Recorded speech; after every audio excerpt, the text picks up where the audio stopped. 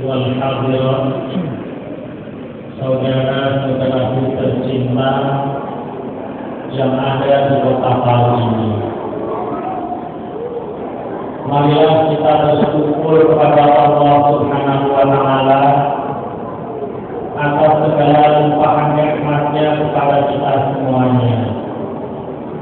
Wa in ta'uddu ni'matallahi la tuhsuha. Jika engkau hitung nikmat Allah, engkau tidak akan mampu untuk menghitungnya.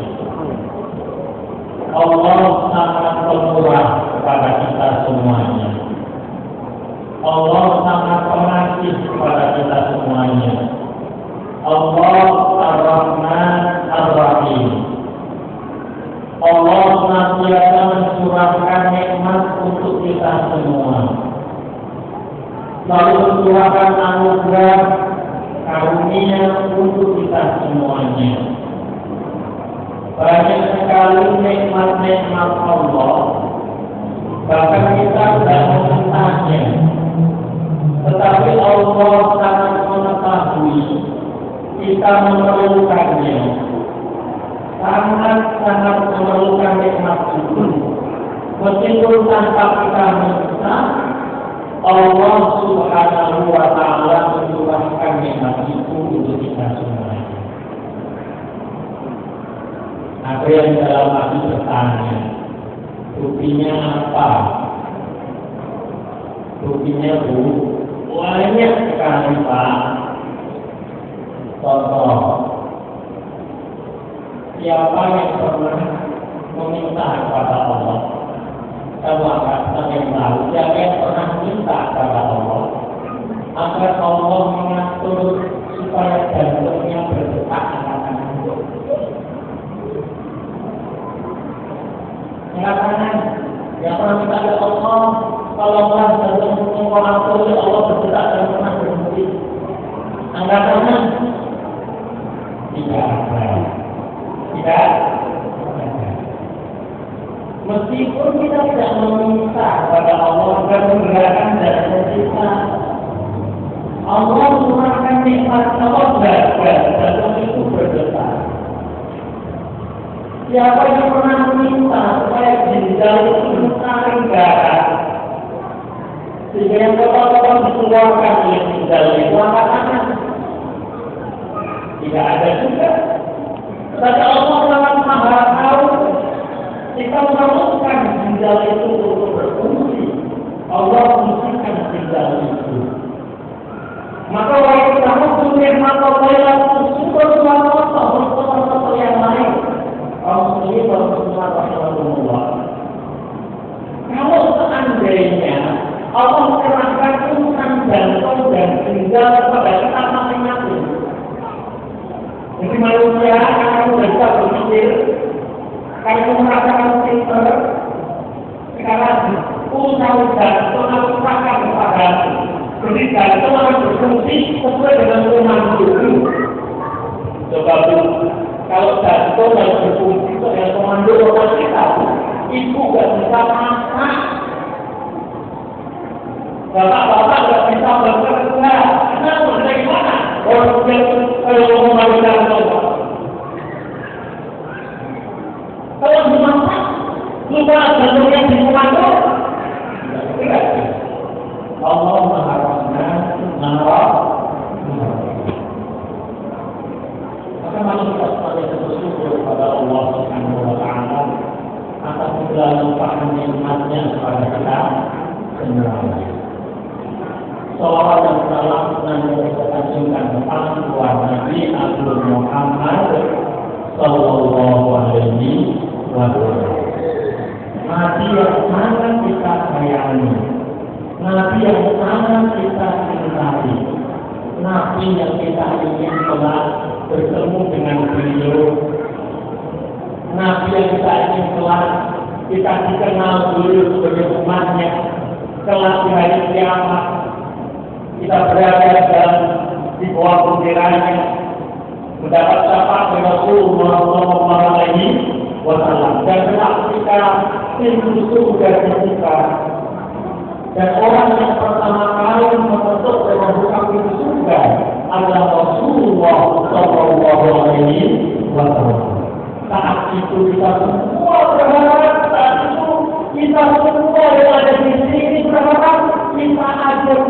menggunakan rombongan beliau.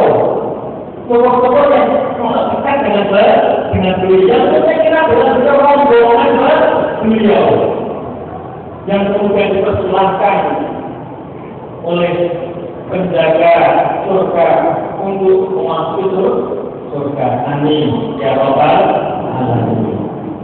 Kaum muslimin wal muslimat rahimakumullah, saudara-saudaraku di kota Palu yang semoga semuanya dirahmati oleh Allah Subhanahu wa taala.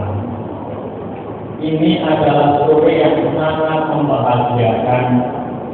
Sore hari ini alhamdulillah ini untuk kali pertama Palu saya menginjakkan kota Palu. Alhamdulillah. Ini sekali. Saya menginjak kota Palu itu sedang sekali dulu.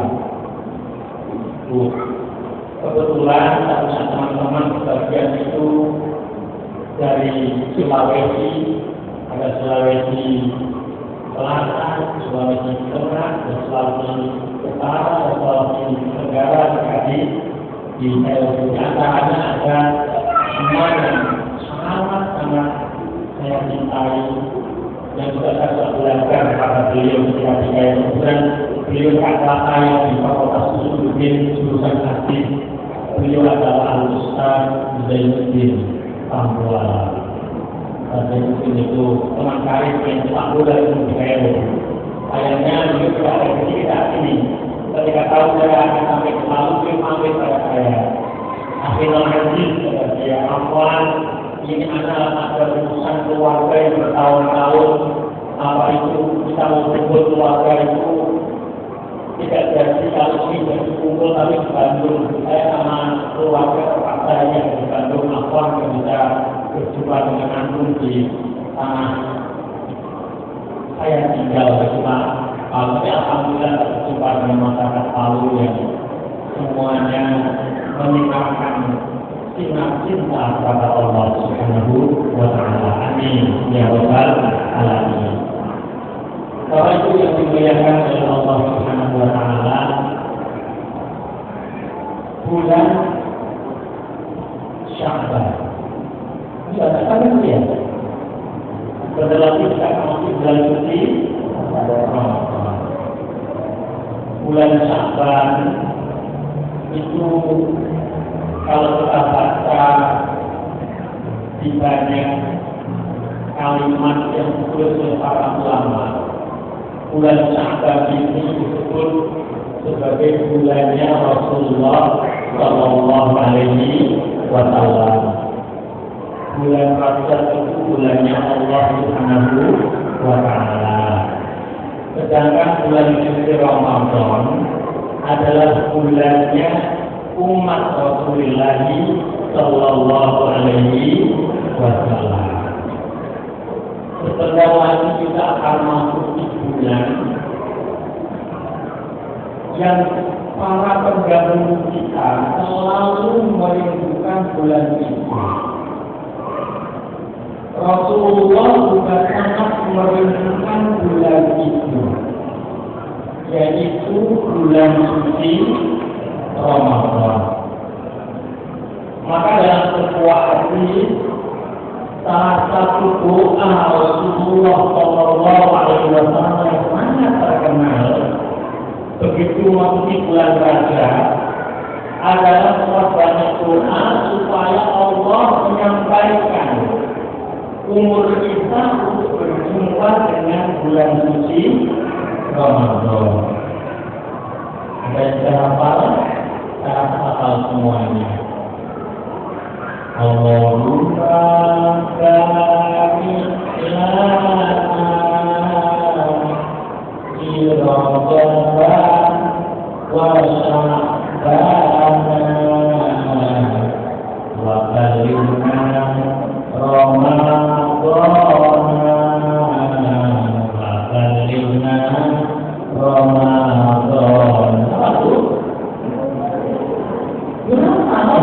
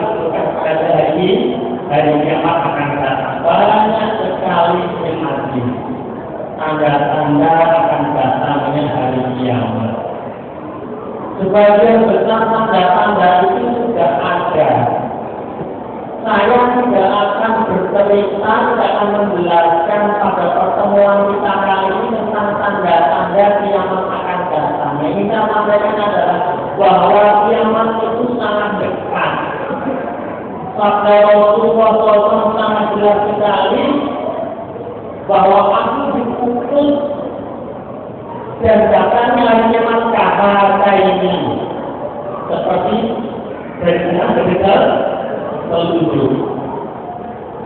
Jadi sangat dekat Pak, sangat dekat. Bagaimana diutus dengan datangnya ini maksud sangat dekat. Sangat dekat.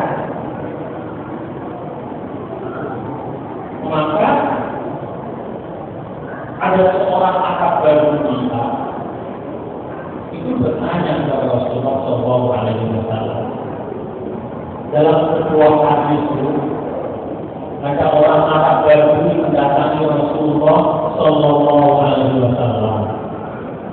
Ja'a a'rabiyyun ila Rasulillah sallallahu alaihi wasallam faqala ya Rasulullah mata sa'ah qala wa ma ahdatsa laha qala ma ahdatsu syai'an illa hubballahi wa rasulihi qala fa innaka ma'man ahbabta wa fi riwayat ukhra qala al-mar'u ma'man ahabba. Hadis ini ada di dalam kitab Sahih Muslim. Ja'a aqrabiyun, ada orang Badui datang bila Rasulullah sallallahu alaihi wasallam menemui Rasulullah sallallahu alaihi wasallam. Maka orang Badui itu kemudian berkata kepada Rasulullah, ya Rasulullah, mana sah? Wahai Rasulullah, kapan kiamat akan datang? Kapan kiamat datang? Mungkin Arab Badui sudah pernah mendengar di beberapa kesempatan kalau ini menjelaskan kiamat sangat dekat. Maka datang semuanya, ya Rasulullah, mata sah? Wahai Rasulullah, kapan kiamat datang? Baginda Nabi menjawab dengan balik bertanya, wa ma ahdatsalaha, apa yang kamu siapkan untuk menghadapi hari kiamat? Kalau diartikan dengan bahasa yang lebih cair itu, ya begini, lebih cair.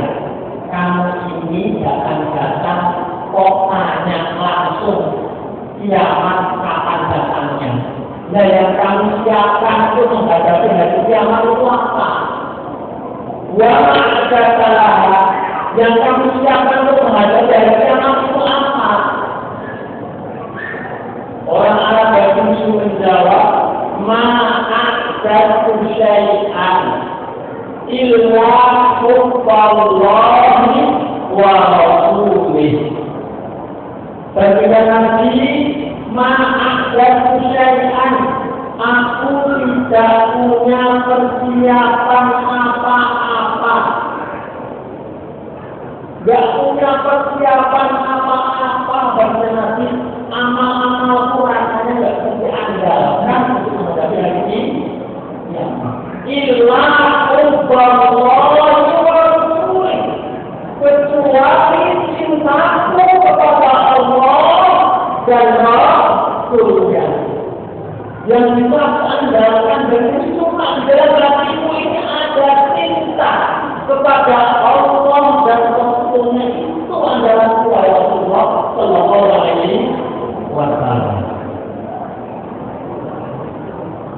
Saya nanti kemudian bersabda, fa'innaka ma'aman ahbabta, sesungguhnya engkau kelak di hari kiamat, di hari akhir, di akhirat, ma'aman ahbabta, akan bersama dengan orang yang engkau cintai.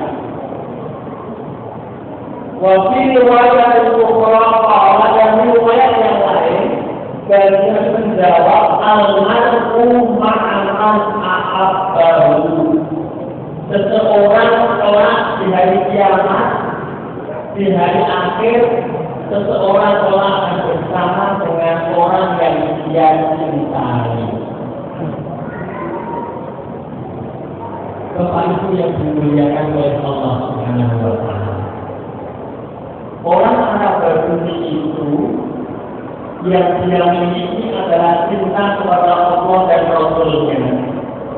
Berarti Nabi kemudian menjawab, "Fa'innaka ma'aman ahbabta." Engkau telah akan bersama dengan orang yang engkau cintai. Engkau bersama Allah dan Rasul-Nya. Kenapa kalian mencintai Allah dan Rasul-Nya? Inilah Bapak Ibu, maka cinta kepada Allah dan Rasul-Nya itu sangat-sangat penting. Kepada siapa kita mencintai itu sangat-sangat penting. Kenapa penting? Karena kita itu akan menentukan kita akan bersama siapa dengan dia. Karena kita akan menentukan karena kita akan bersama dengan siapa bersama akhirat kelak. Kalau kita mencintai Allah, kita akan bertemu dengan Allah. Kita mencintai Rasulullah, kita akan berjumpa dengan Rasulullah SAW. Kita mencintai para sahabat Nabi, kita akan berjumpa dengan para sahabat Nabi. Kita mencintai para nabi Allah, kita akan bersama dengan mereka.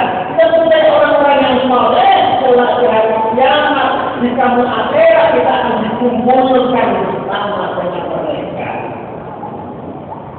Bapak Ibu yang dimuliakan oleh Allah Subhanahu wa Ta'ala, yang meriwayatkan hadis ini seorang sahabat Nabi yang bernama Anas bin Malik radhiyallahu anhu. Anas bin Malik ini sejak dia masih kecil lah. Anak-anak remaja itu, anak juga pengikutnya. Anak dalam kecil masih anak-anak dibawa sama ibunya. Karena ibunya kan istrinya pada Rasulullah. Anak yang bernama anak dibawa kepada Rasulullah, kemudian dia berkata, "Duhai baginda Nabi, aku serahkan anak untuk engkau supaya membantu kamu." Supaya anak membantu Rasulullah Shallallahu Alaihi Wasallam. Sejak itu anak itu bersama dengan Rasulullah Shallallahu Alaihi Wasallam. Maka anak mendapat julukan Khadimi Rasulullah Shallallahu Alaihi Wasallam. Khadimnya Rasulullah. Khadim itu adalah bahasa pembantu. Pembantunya Rasulullah. Rasulullah itu di atas air. Rasulullah melakukan di masjid, tangganya disiapkan. Pokoknya apa saja anak mau bersiap untuk Rasulullah Shallallahu Alaihi Wasallam. Kemudian Rasul mengambilkan anak supaya anak dipanjangkan umurnya, supaya anak diberi keturunan yang banyak, yang soleh dan salihah. Maka bersejarah sahabat Nabi yang paling terakhir wafat itu adalah Anas bin Malik radhiyallahu anhu. Umurnya sampai 100 tahun. Nabi Rasulullah sallallahu alaihi anaknya juga banyak. Nah, yang meriwayatkan hadis ini adalah sahabat Nabi yang bernama Anas bin Malik. Paling tepat adalah kita membaca apa komentar Anas bin Malik tentang hadis ini. Bagaimana Anas bin Malik yang meriwayatkan hadis ini, yang mengetahui langsung cerita tindakan Rasulullah, bagaimana Anas bin Malik memahami hadis tentang kita ini. Anas mengatakan, aku tidak mendengar sebuah hadis yang lebih aku cintai dengan hadis ini.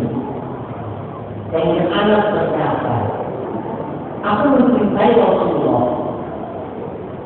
Aku mencintai Abu Bakar.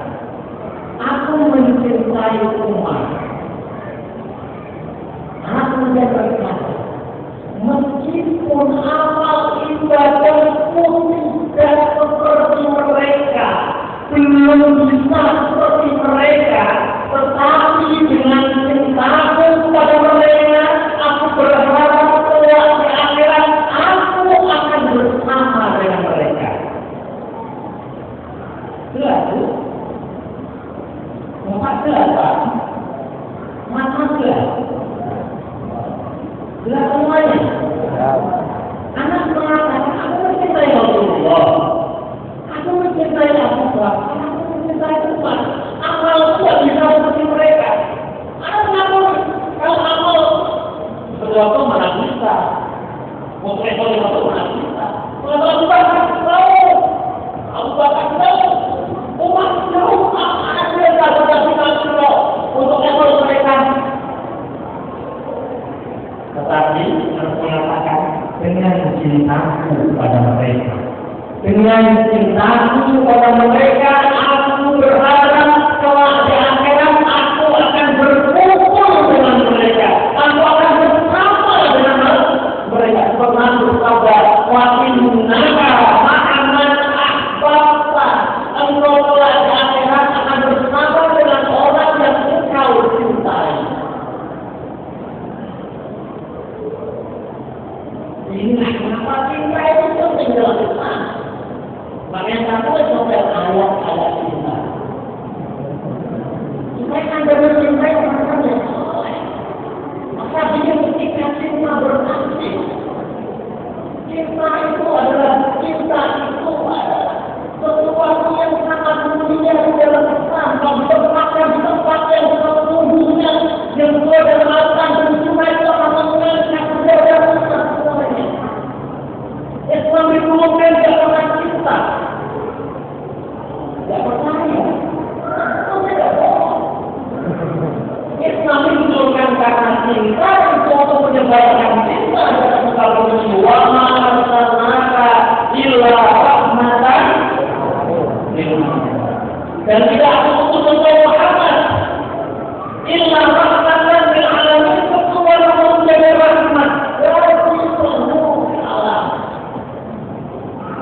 Menjadi rahmat dari seluruh alam itu bahasa terdalam tentang cinta.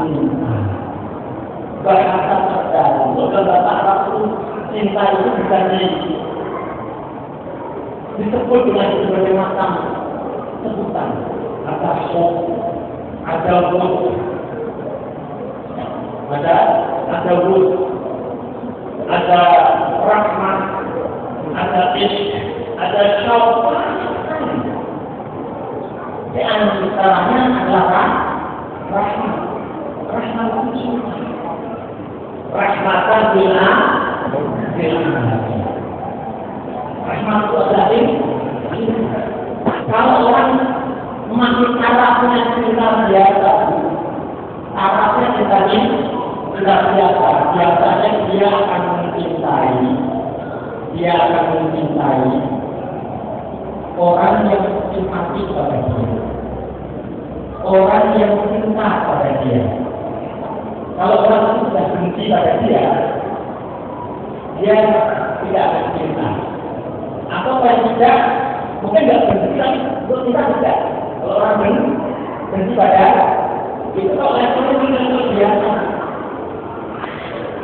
Kalau levelnya sudah rahmat, sudah rahmatan, sudah sampai level rahmat, itu dia harus mampu mencintai orang yang mencintai dia ataupun orang yang membenci dia. Itu rahmat. Orang yang membenci, kalau bencinya dia tetap masih membalasnya dengan cinta. Itu baru sampai level rahmat. Dan tidak semua orang bisa sampai sini. Puncaknya adalah Rasulullah Sallallahu Alaihi. Di atas Rasulullah adalah Allah Subhanahu Wa Taala. Allah itu orang itu mau kafir, mau berkorban, dia masih Allah tahu dirimu. Tetapi pembiaran, padahal dia itu tidak tahu Allah. Kenapa? Karena itu rahmatnya Allah telah membantu ini. Demikian juga Rasulullah Sallallahu Alaihi Wasallam. Kita kalau bersama ketika berjalan juga sampai dengan dilempari batu oleh berdarah-darah sampai malaikat turun. Mereka menapa? Mereka ingin mengambil mengambil gunung untuk ditimpakan pada orang-orang kafir itu. Tetapi mereka tidak mau. Mereka mengatakan Allah masih kaumi fakinnahu layak lamu ya Allah isi kaumi fakinnahu layak lamu ya Allah tunjukkanlah kaum ini kepada hidayah kepada jalanmu karena mereka tidak Bapak Ibu kaum muslimin wal muslimat rahimakumullah kembali kepada cinta wa ma arsalnaka illa rahmatan lil alamin fa innaka ma'aman ahbabta bahwa engkau telah bersama dengan orang yang engkau cintai. Bulan suci Ramadan itu adalah bulan yang sangat tepat untuk menata hati kita, untuk menambah rasa cinta kita kepada Allah Subhanahu wa Ta'ala, menambah rasa cinta kita kepada Rasulullah Sallallahu Alaihi Wasallam, menambah rasa cinta kita kepada Al-Quran sebab Ramadan adalah bulan Al-Quran, rasa cinta kita kepada alim ulama, rasa cinta kita kepada ajaran Islam yang sangat mulia ini. Bulan yang sangat tepat untuk itu semuanya. Imam Syafi'i bahkan mengatakan tentang cinta ini. Imam Syafi'i mengatakan kalau Syafi'i bisa memahami hadis tadi. Imam Syafi'i mengatakan dalam syairnya, "Uhibbus sholihina wa lastu minhum, ata bihubbihim analu syafa'ah." Uhibbus sholihina, aku mencintai orang-orang yang saleh. Walastu minhum, meskipun aku tidak termasuk golongan mereka. Imam Syafi'i mengaku adalah orang saleh. Tapi salah buruknya, tapi rendah diri. Antara diri anak syafaat.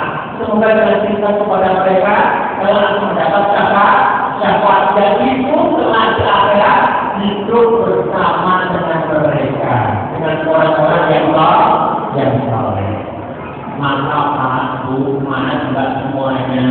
Kalau ingin tahu di akhirat kelak kita akan bertemu dengan siapa, akan kumpul dengan siapa, tinggal dari kita ada siapa. Kalau dari kita ada Lionel Messi, jangan khawatir mana itu ketemu sama Lionel Messi.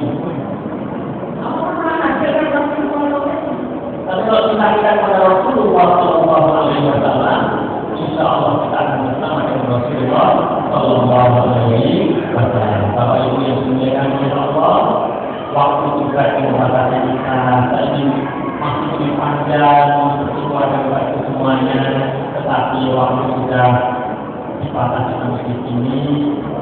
Kalau ada sumber belajar, bolehlah kita mandi. Kalau panjang, lagi ada wassalamualaikum warahmatullahi wabarakatuh.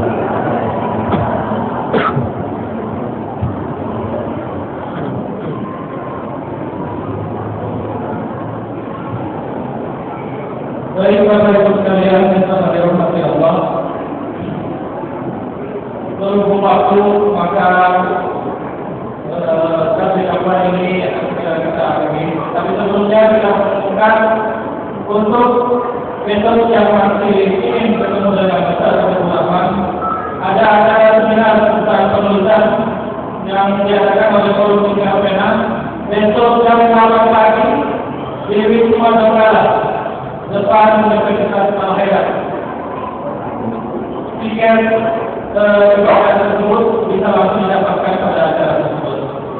Ketika penyampaian ini dari panitia langsung oleh panitia dalam pelaksanaan Forum Tinggal Pena.